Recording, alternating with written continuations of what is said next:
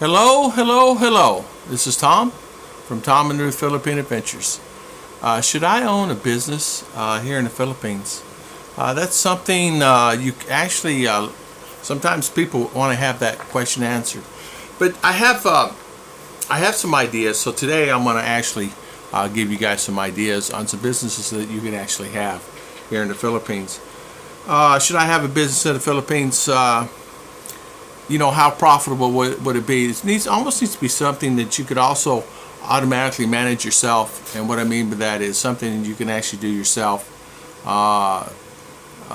Meaning it's either online business or something like that. But it's entirely up to you what you think is the best thing to do. But there are actually some businesses. What made me think about this, and an American friend of mine is actually building a building right now. He's purchased a franchise in Luzon, and he's going to build one in Luzon, and he's putting one in Manila of Jollibee. This particular Jollibee, it ranges. It's going to end up costing him anywhere. He said about 35 to 55 million total time it's done, peso. So 35 to 55 million peso. And the reason why he's doing this, he had some franchises in U.S. and he sees opportunity here. There might be an opportunity, so he thought, well, why not? He comes from the restaurant industry, so this is not something, he said, that's new to me. So, this is something he's thought about a long time. Should I do it? Shouldn't I do it? And of course, him coming from the industry, he knows what it's going to be about. Now, he's going to put one in Luzon now, and he's going to put one in Manila. And it's going to cost him 35 to 55 million peso. Cheapest franchises to own. I did some research on this. You can actually own these franchises. They're actually inexpensive to have here in the Philippines. A windshield repair, like you get the dings like that. Windshield repair business, property management, a vacation franchise, something that for tourists and things like that. Cell phone repair, a cell phone store, and a clothing store. Those are just a few. The one I want to talk about now, it's very popular. There's a couple franchises here in the Philippines, and I don't know. One's in Cebu. I saw one in Cebu. I know they have one in Manila. It's Subway. This is another franchise. But something that seems to be a profitable one that people are doing here now is 7-Eleven. 7-Eleven has a program that they're trying to help. Back in 1982, a company called Philippine 7 Corp purchased the rights for 7-Eleven in the Philippines. And as you know, they go back early 1900s on where it started there in Texas. 7-Eleven did. In 2016, they had 2,000 stores nationwide. And 55 of those stores were franchise, 55%. So over half of those stores. Of course, that's 2016. And as you know, quite a few more have popped up. We now presently have one open now, and there's going to be a store number 2 of 7-Eleven open. And they have opportunities. They have a program that you can actually start for $300K. Now, as you know, you can't own the land, but you can own the building above the land. So they have a corporation way, that if that you can do this. They suggest that you're married to a Filipina and have that available. So that gives you an option that you can actually you can actually take a look at. So 300K, and they would open the doors for you for other. That's just the start, of course. You guys know it's more than 300K to own a 7-Eleven. It's all about the building, the land and things like that, and having it to the standards of 7-Eleven. But as you know, once it's stocked and you have the land in the building, that's most of it. Of course, training employees and doing the franchise. There is royalty fees involved in it that you have to give back. All these franchises have royalty fees, and what that means is they take proceeds. Now, some do it monthly, some do it quarterly, but it's really done monthly. For an example, say for instance you did 10 peso in sales, 5% of that, or 4%, or depending on the franchise, of that has to go back to them for royalty. And as you know, a lot of them do a lot of business, 4 or 5%, and then they have it set where a 5% can actually go for marketing and other things like that. So it's entirely on the person what franchise they choose. Now, some of the franchises, like the cell phone repair and things like that, Greenwich Pizzas, Yellow Cab, those places, the fees are a lot more to get involved with the franchise. Now, a lot of companies overseas are actually getting into the franchises because it's a big market here. Should you open up a business here in the Philippines? That's entirely on the person.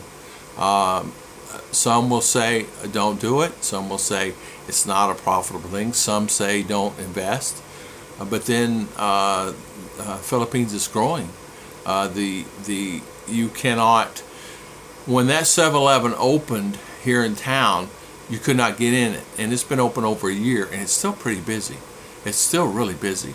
A lot of kids hang out and go buy their lunch there because they can get a balanced meal at 7-Eleven, believe it or not, because they have rice and other things like that, and chicken.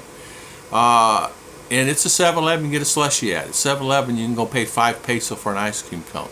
It's a 7-Eleven you can go get fresh coffee, fresh ground coffee. And I'm talking where the beans fall in the top and it grinds it and it makes your cup of coffee. So it's really nice, and they're really nice stores. As you know, I've done a couple of videos on 7-Eleven. I'm impressed with how they operate them. They're very professional and they're very well done. Same thing on McDonald's, same thing on Jollibee and some of the other franchises, the Yellow Cabs, the Greenwich Pizzas. They're all professionally done. I mean, they all have uniforms on. They're all been professional to me anyway. So 7-Eleven, 55% of all the stores in Philippines are franchisees. So what they're doing, they're taking the other amount of stores, whatever that amount of stores is, and they're actually giving them opportunity. And the reason I know a little bit about that, we have a friend in town that has that store and opened up another store.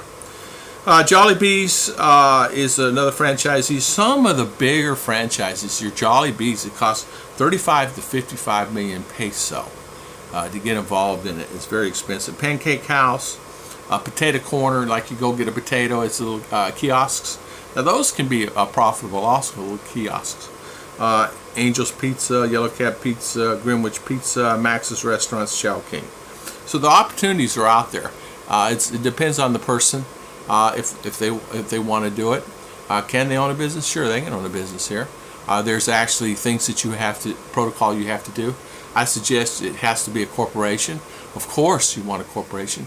And of course you want to be married to a Filipina. There are companies here that here in town that offer franchises.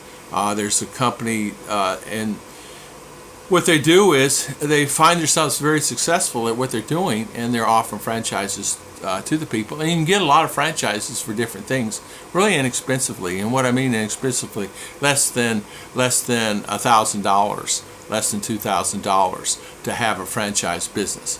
And it's not bad. There's a pizza place in town that's actually, they're franchising, and we had pizza today from it. It's not New York style pizza. It was good. It was delicious. It was vegetable pizza. So there's actually things that someone could do if they wanted to really take their time and find opportunity. There is opportunity here for business if you wanted to do it. Now these are all hands-on opportunities. That means you have to get involved in it. You have to be there. You have to watch it. You have to do things like that. Now there's other opportunities that I've talked about before. You can do wireless internet. You can put little box booths. They're actually really beautiful boxes. You set in a business, and what it looks like is like it's like an ATM, and you go to that ATM, which is a kiosk for wireless, and you put your money in, and you select how much time you want to have. And it's got an antenna on top, and you can get up to 200 people on that, depending on the unit. Some 250, some 50, some 100, depending on the unit itself. And it, of course, it depends on it depends on wireless and things like that. And some are fiber, some are set up fiber. So you can really have more than 10, more than 20, some have up to 200 people you can have on that system. Those systems are really nice, and you can get in that particular one. Each one can cost you anywhere from $2,000 to $5,000. Excuse me. I'm so sorry. It's not $2,000. It's like $1,000 or less. It's $1,000 or less for those units. You can set those up. Some, and now what I'm giving you the ones they have some you get to $400 or $500. You can buy some for $500, but it's limited on the people. I would get the higher quality ones. In those itself, you can keep an eye on it by app. You can actually go collect your money, and so that's the ones that would work for yourself while you're sleeping. So it's just an idea. Should you own a business in the Philippines? Entirely up to the person. But I thought I'd do this today. Thank you very much, and thank you for watching.